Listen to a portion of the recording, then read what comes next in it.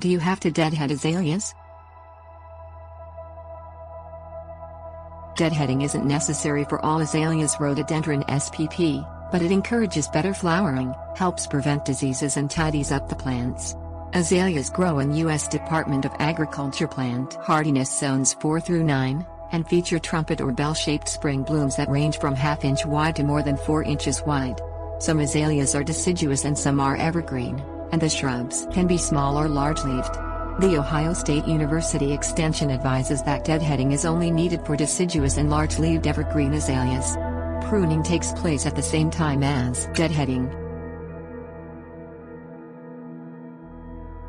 Encouraging growth and flowering.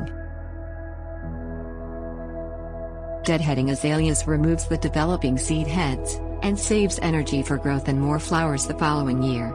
You can snap off the spent blooms, or use pruning shears if they don't break off easily.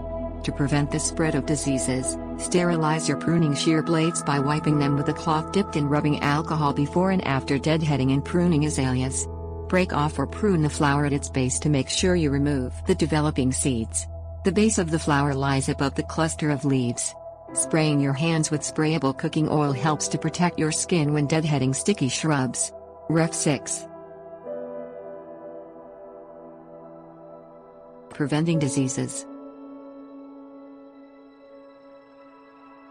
Fungal diseases sometimes develop on azalea flowers, and deadheading helps prevent these diseases from spreading.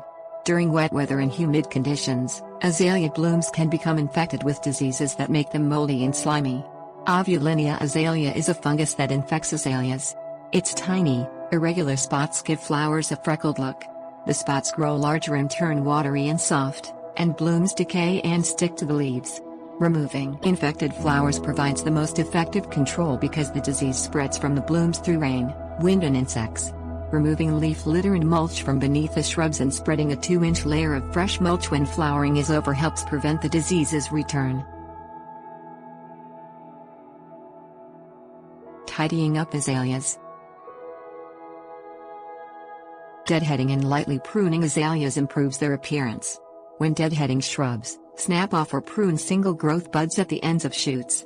Growth buds look like tightly compacted sets of leaves around a stubby stem.